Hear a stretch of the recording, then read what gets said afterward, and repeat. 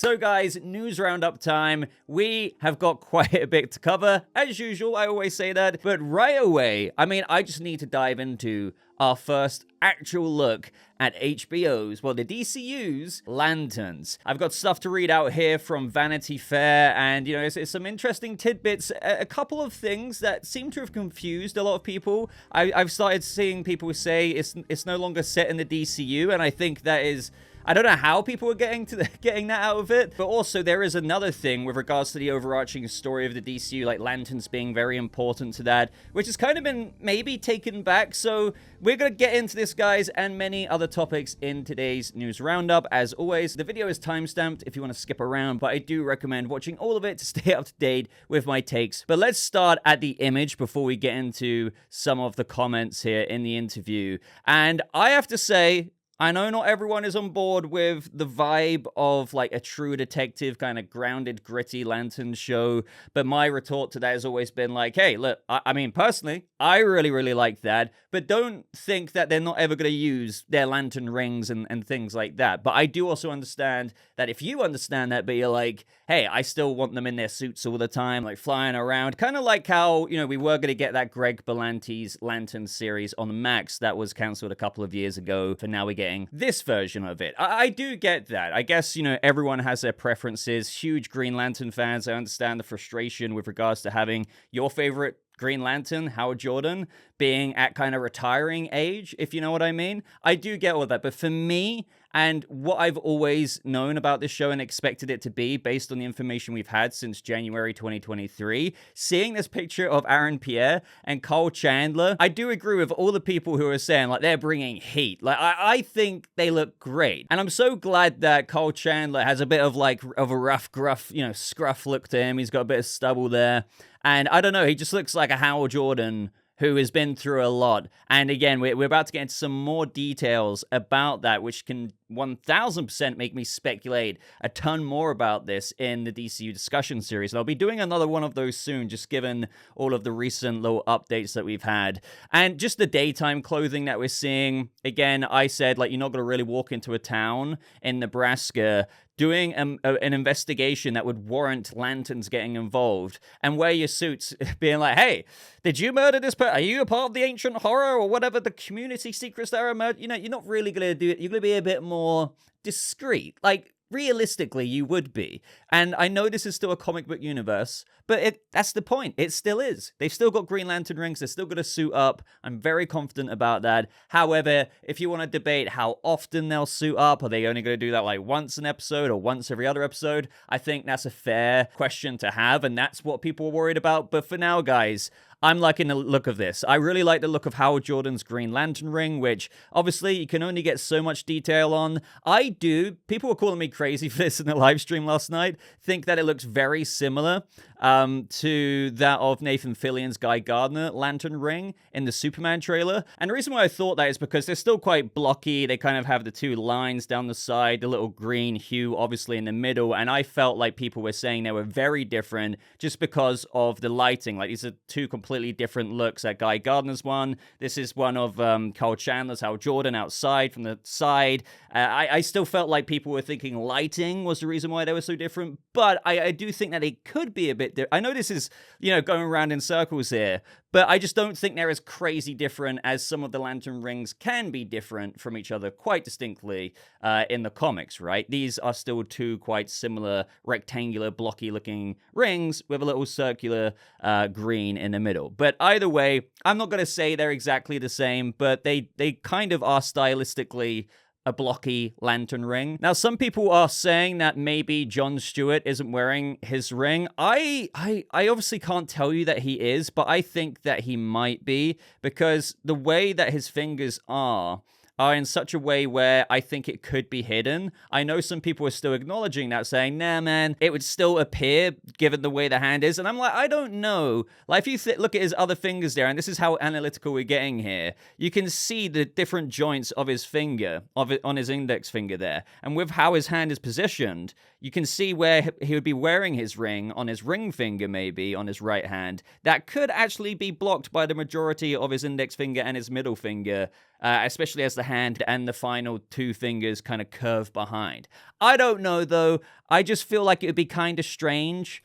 You know, for Jon Stewart, I get it that he's going to be more of the new recruit mentee to that of Kyle Chandler's mentor, who's near retirement age. And again, these are details from the article we're about to get into. But to not have a ring, like normally you would have the ring and be like, okay, I've got a lot to learn. You wouldn't be like, okay, I'm going to pick you up even though you haven't really been given a ring and just come along for the ride. So it doesn't really work that way. So I don't know. Some people are saying what would maybe be more believable is God knows what really is going on in the story. Sure, we've got our ideas based on the most minimal plot synopsis, but maybe Jon Stewart's ring, I don't know if you want to say it was stolen, but something weird has happened, but Hal Jordan has still evidently got his. Or it could just be that we can't see the ring in the perspective of the shot because his hand is somewhat hiding it. You let me know down in the comments. But again, we're like several minutes into this video already, and I need to now get on to the interview details. So let me know your thoughts on that photo. Starting with HBO's Lanterns is now in production, embraces everything high concept about genie-esque space cops while being rooted in the earthiest of TV genres, the prestige pulp detective show. Kyle Chandler plays Howard Jordan, a seasoned Lantern, approaching retirement.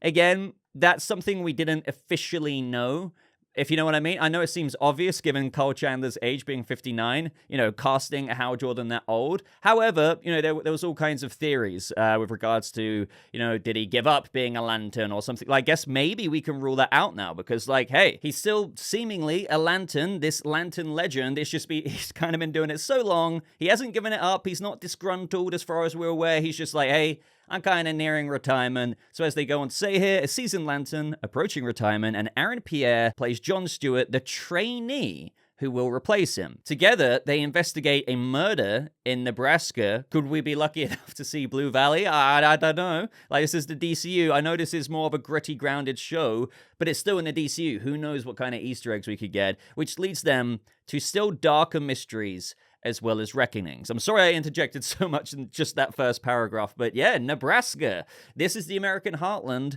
in where we have this murder go down. And they go into this town where Sheriff Kelly is operating, but, there's these community secrets that are emerging. And it's like, what the heck's going on? And how does that link to this ancient, terrifying mystery and ancient horror? That's the kind of stuff where I'm really trying to not overhype myself, but I love the sound of it, especially, as you know, as a big True Detective fan here, this kind of being an influence on the series. And then seeing this screenshot here of a still, it's almost funny to me how you might see a clip like this from the True Detective trailers, and it's like, you could literally imagine Aaron Pierre and Kyle Chandler are walking down that road. But continuing on here, I was drawn by the challenge and fun of creating something really grounded inside this big, amazing mythology, says Chris Mundy. From the beginning, all we talked about was, how can we take all the things we loved about the source material and turn it into a layered, human HBO drama? Just the idea of trying to pull that off was exciting to me. And I agree. It's like that.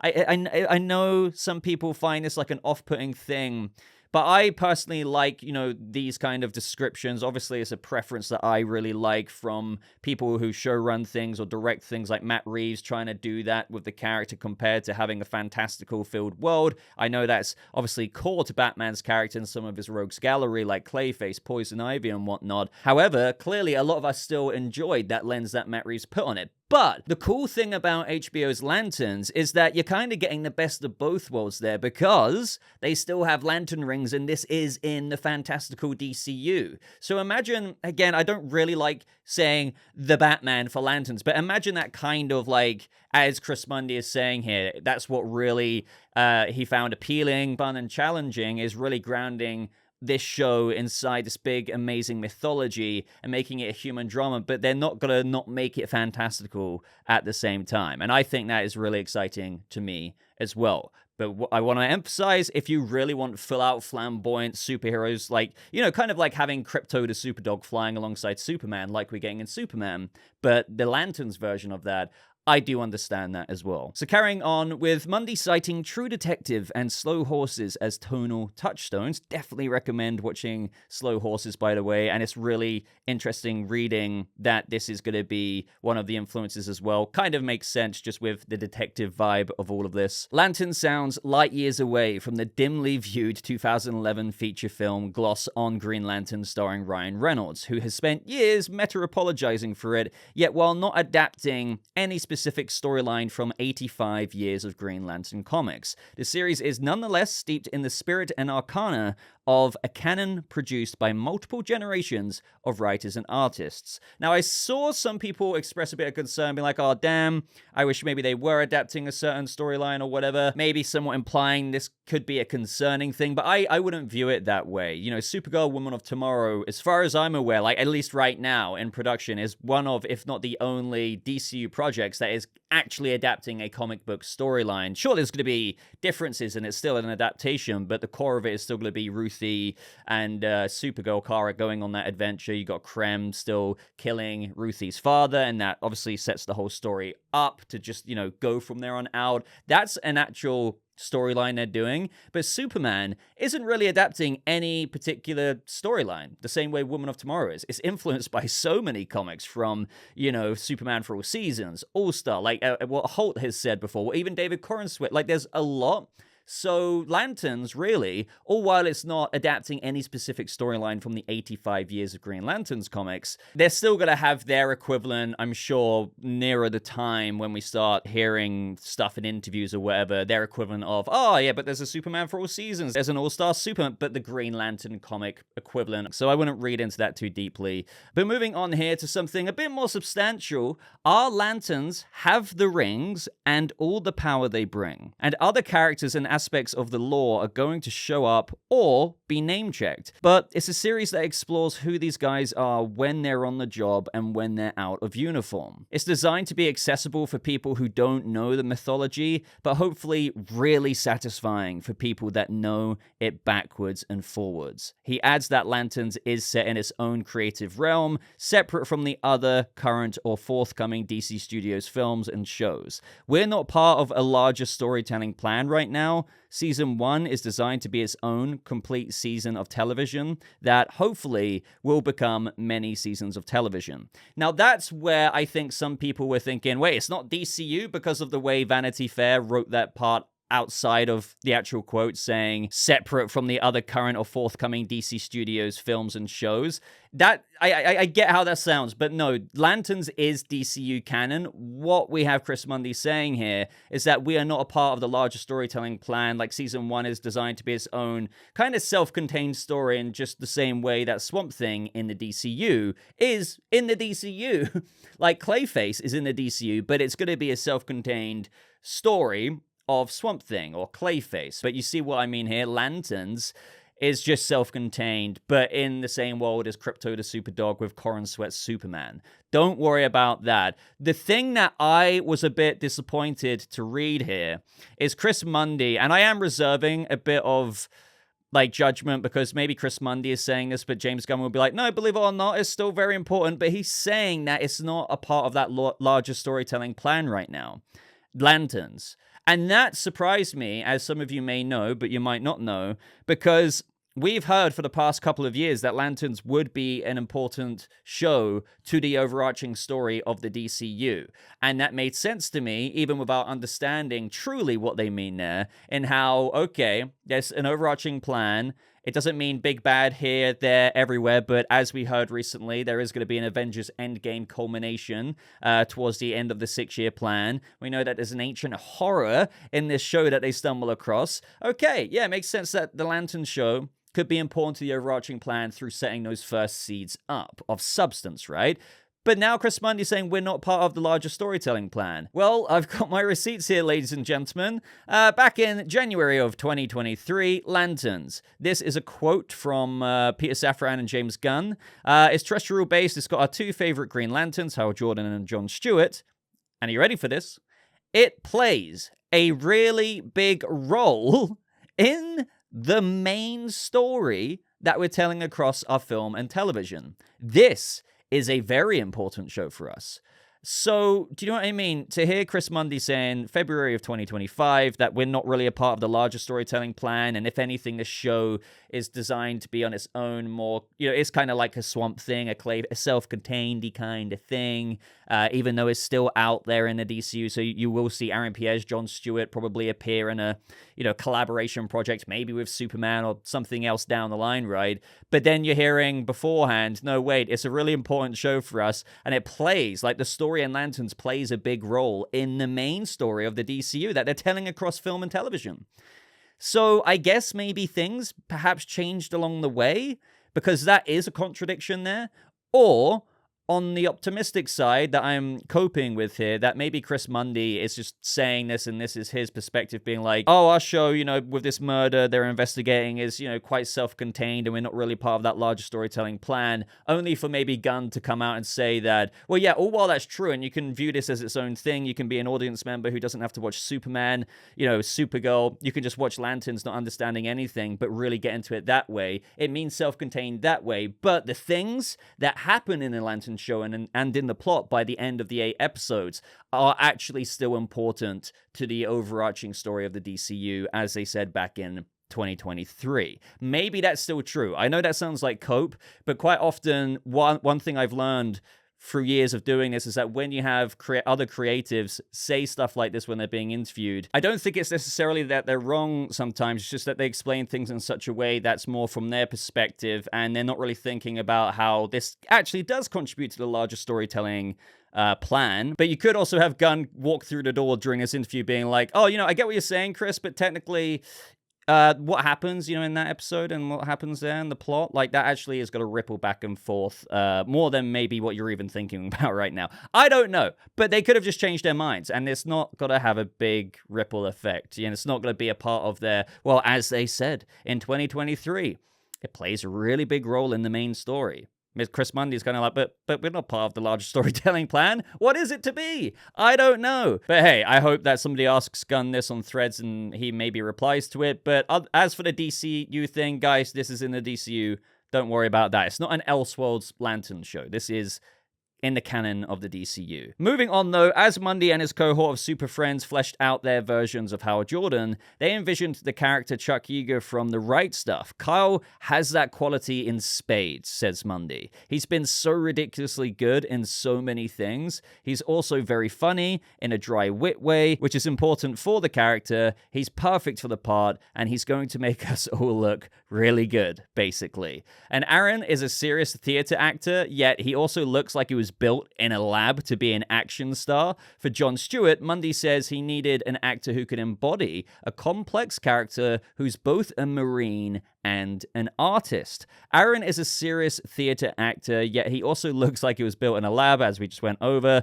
Those two qualities spoke to me. He's an extremely thoughtful performer with a huge range and the ability to be many things at once, which you need for John Stewart. Which I love hearing both of these descriptions, by the way. I mean, as a fan of Hal Jordan and John Stewart, and what Chris Mundy said there with just how these castings are going to bring these characters to life. I know, again, we've been over how people are like, well, I would have preferred this, I would have preferred that. But hey, on paper, with what we are getting, I like what I'm hearing there. And then lastly here, Mundy is happy with what he's seen so far. The scripts are done, and James is killing it in terms of directing for this first week. We're getting the scopes that we were hoping to get, and Kyle and Aaron are just great together. Their chemistry on screen is fantastic, and they set a great tone for excellence and camaraderie on set. We know we have to deliver great stories for this audience, and what I've seen so far bodes well. And I want to talk about this for the next 2 hours, but I've got other things to cover, and I've already been talking long enough about Lanterns in this video, but I will expand on it in another DCU discussion series. So if you have any questions or ideas, you agree or disagree, you want to expand on what I've said so far out of this new look, which I'm so happy we got, by the way. I was literally out last night, and then boom, got notification saying, Boba, you seen this? I was like, wait, what? A Lanterns look? How crazy is that for my most anticipated DCU project? So let me know your thoughts. But moving into the Superman realm, this actually came out like almost almost a week ago, and I haven't covered it, but we had that new look at Lex Luthor. Obviously, not too much to say here, but I love this look of Nicholas Hoult, because if you think about it, in the trailers, this is why I'm so excited for CinemaCon's official trailer, because, you know, in the trailers that we've had so far, we've just seen him. He looks badass, don't get me wrong, but he's either wearing glasses or he turns around with that glare of sunlight, and you don't truly get a good image, but here, you get a really, really borderline, dare I say it, quintessential look at Lex Luthor. If you think Lex Luthor, you see that, the guy in the waistcoat, the tie, the look of Nicholas Hoult, it's like, damn, I cannot wait to see. I need more. Like, please, I cannot wait for dialogue. Hopefully, yeah. How does Nicholas Hoult sound as Lex? There's all of this stuff that I'm really hoping. I mean, you'd have to think we are going to get in that CinemaCon trailer. Also, very quickly from Future Boba, James Gunn posted this on Threads 1 year ago today. Long year bien, Svalbard, faster than a speeding bullet towards July 11th, 2025. A new picture of David Corenswet in the Superman suit, but kind of, you know, just like a cool little angular shot of the boots and a little bit of the cape there in the snow as they're filming scenes with him on his way to the fortress, or just fortress in general, him laying down in the snow with Crypto dragging him, that kind of thing. Just wanted to chuck this in here before someone's like, hey, Boba, why did you include the new Superman post? Now, a little update on Clayface here with recent rumors that I spoke about actually in yesterday's video. We've had users go to Gunn on Threads being like, okay, you know, well, Jeff Snyder is saying that you're looking at Daniel Radcliffe, you know, is that true? And as Gunn says here, as we confirmed the other day, we're closing a deal with James to direct. Because we don't have a director yet, we haven't even started the casting process. Daniel is great, but we certainly haven't talked to or considered him. So this one is 100% false. And then it comes out that it looks like maybe Kieran Culkin is another actor being eyed to play Clayface, and this is coming once again from Jeff Snyder. So this is what I mean, like Jeff Snyder does get things right, but he gets things wrong at the same time. It'd be interesting to know, despite having got the Daniel Radcliffe thing wrong apparently, if he could actually maybe even be right about the Kieran Culkin thing. Now, as for Kieran Culkin, I loved him in Succession. And to be fair, I know Creature Commandos is an adult animated show, but I think what you have to remember is they portrayed Clayface as a bit of a douchebag, right? He was pretending to be that the mascara professor McPherson at that college campus, and he was creeping on the students.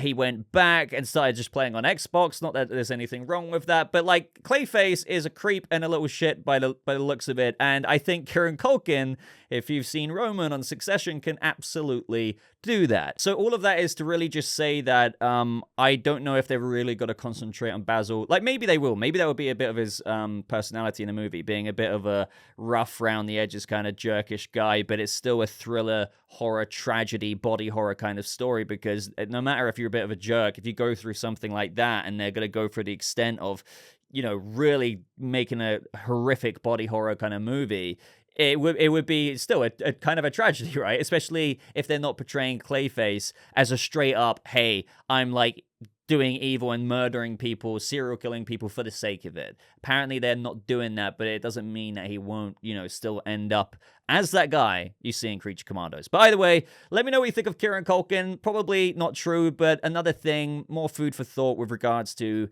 the casting for Clayface. Now, another big story that I haven't covered recently, just because obviously we've been quite busy with the other DC updates, is Warner Brothers canceling the Wonder Woman game, but also Warner Brothers Games shutting down 3 studios, Monolith Productions, Player First Games, and Warner Brothers San Diego. And it's really annoying because there was such potential with these games from Wonder Woman. Obviously, we had the Nemesis system that was so popular in the Middle-earth Shadow games, but apparently this time it was going to be in reverse, where you actually convert those characters into allies, but then they actually ended up getting rid of that. I don't know why you would do that. That was such a bit, like, they've patented that game mechanic. And then they abandoned it apparently to change it into more of a God of War action adventure game. Then with Player First Games with multiverses, like again, look at the business side of this. That had such huge potential, and that game boomed, absolutely boomed when it first came out. For them to just be like, we're gonna close down the game and we'll release it later with a proper version, like a version 2, if you will. And when it did, because they pulled their game, when they re-released it, it flopped. Because they killed their own momentum that they already had. Again, this isn't Player First Games' fault. Like, it's just terrible up-the-chain business decisions that ripple down. And then when it comes to talking about terrible decisions, making Rocksteady create Suicide Squad, Kill the Justice League, rendering them basically a live service studio, developer. And then with this article coming out from Bloomberg, they're saying that the cut reflects a refocusing of the game's vision on major franchises such as Harry Potter, Mortal Kombat, Game of Thrones, and DC Comics, primarily Batman. So, I love Batman more than anything else, but you're playing it safe. And that's not good. I agree with the people who are saying that at this point, Warner Brothers games should absolutely license their IP to other studios, right? Like, clearly Warner Brothers can't do it themselves. Let the people who can actually make really good video games, right? Like, really good ones, have them do the job. Like, sure, there are things like licensing fees when you do that, but, this would be far better for their business compared to this and what prospects they've hinted at in the future. Like, I'm not saying that they didn't hit with Hogwarts Legacy. I'm not saying that they didn't hit with some other games, but it's too few and far between. And if anything, they are too scared to, because they're running out of money, really, to venture and do something like Wonder Woman. So it's like, hey, we're just going back to Batman. And it's like, hey, I would love a good Batman game again, sure, but I'd rather you take a good swing and make a Wonder Woman game and commit to that, have a good vision for it, maybe make that Flash video game, the Constantine video game, or whatever it is. But no, we're going back to Harry Potter, the safety net. Batman, the safety net. Game of Thrones. Like, sure, a lot of us love Game of Thrones, but you're making a Game of Thrones video game where, like, we're no longer in the Game of Thrones boom of pop culture relevancy, if you will. I'm not saying it wouldn't do well. Like, this is still Game of Thrones, but do you see what I mean? It's like they're playing it safe, and I wouldn't say a Game of Thrones game is what people are dying for right now. But hey, what do I know? Let me know your thoughts. Now, something I wanted to do a bit of a correction on in my previous video, even though I actually entertained the correction option. And what I mean to say is, I read out that quote from Peter Safran from the Nerds of Color article, and it went as follows. When asked if the release date push for the Batman Part 2 would affect the release date for Batman the Brave and the Bold, Safran joked, well, we announced that October 2026, there will be a Batman movie. And I was, I initially spoke about that, but I was like, well, option 2 is that it was a typo, and really they meant 2027. But I was like, surely it can't be 2027, because that is quite simply the Batman Part 2's release date. But no, this is about 2027. Now, let me read this out to you again in that new context. When asked if the release date push for the Batman Part 2 would affect the release date for the Batman the Brave and the Bold, Safran joked, well, we announced that October 2027, there will be a Batman movie. And sure, he joked, but I just don't know why you would joke about this, because the implication of that is that, okay, like, whether Matt Reeves, gets his shit together or not with regards to finishing that script, like, I'm telling you, there's going to be a Batman movie, We said, like, okay, there will be there's such an emphasis, apparently, on when he said a Batman movie, when you could say, hey, Boba, I think you're taking this too seriously. Maybe, but if, like, Part 2 is 2027, October, why wouldn't he just say that, like, as you've heard, Matt Reeves say himself and other people that they're aiming to shoot in the third quarter of this year. They have more than enough time to do that. I've said that as well. You can have pre-production start around May, even June at a push, because pre-production can take, like, around 6 months of prep, which is fair enough. But that will take you, guess what, to the end of this year when they said they're filming. October, November-ish, when pre-production is done and cameras can start rolling. 4 to 5 months shooting, to be a bit generous, give or take. A year's worth of post-production. Guess what? They have so much spare time left over, even after all of that, until October 2027. They'll have the film done well in time. So why, when being asked if the release date push for the Batman Part 2, which, went from 2026 to 2027, would affect the Brave and the Bold, would you reply, well, we announced that October 2027 there will be a Batman movie, basically saying, well, that spot in October 2027? There's no other way to take this other than for him to mean that could be the Brave and the Bold's Batman spot, if maybe Matt Reeves' Batman Part 2 isn't, after all, going to be October 2027. Which, in another way, by the way, you could say that might make sense with the amount of delays the Batman Part 2's got. He's basically saying, well, if there's another one of those, like, God forbid, I'm telling you, a Batman movie will be coming out, and the only other Batman movie that we really have planned is The Brave and the Bold. And that's the only other one mentioned in this quote. So I know I kind of keep going around in circles here, but I just found it weird. And I've even been told theories like, what if they're really going to fast track Brave and the Bold for an October 2027 release date, which is the Batman Part 2's release date, obviously, just in case something else happens. And I was like, you know what? I almost wouldn't blame them, especially with what James Gunn recently said, with being really a driving force behind the script, and it's really important to him, like The Brave and the Bold, that maybe they should do that anyway, right? And if everything in the meantime goes well with Matt Reeves' Batman, well, they can just slow down their active development for Brave and the Bold. It's kind of like a backup. But if Matt Reeves and the production for Part 2 does go swimmingly this year, which it should, I do not see any reason as to why it shouldn't actually start production around October, November. They'll be like, okay, well, we're no longer going to do The Brave and the Bold for October 2027. But we've made all this progress with it, but we're going to change down a gear or two. We don't need to be in, the fifth gear anymore. Now, moving on to Star Wars news. Well, we heard recently that Kathleen Kennedy was retiring, and it's almost like all the star systems rejoiced out there online. But no. Discussing film here says, no, Kathleen Kennedy says she is not retiring, but she has been looking at an eventual succession plan for a new leader of Lucasfilm.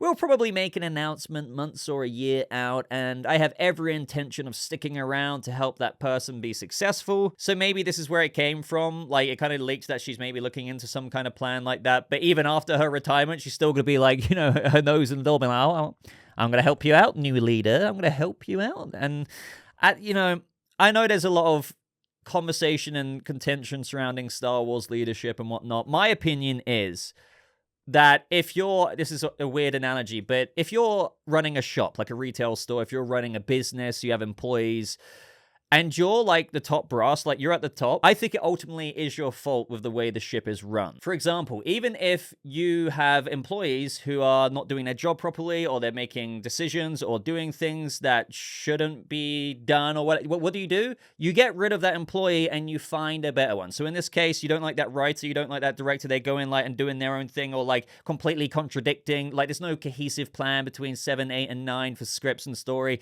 Like, no matter what, you should have hired those people. So you correct your mistake and then, clean house, do something good, hire the right people. It still comes from me, the boss, not hiring the right people. I need to fix that, right? I need to be there when we're making episodes 7, 8, and 9 and be in the room and be like, no, we need a plan here. I don't blame people for wanting massive new leadership at Star Wars. But I don't know, even if they did change leadership at this point, a good example is Skeleton Crew, right? A new show, which is actually pretty decent, but guess what?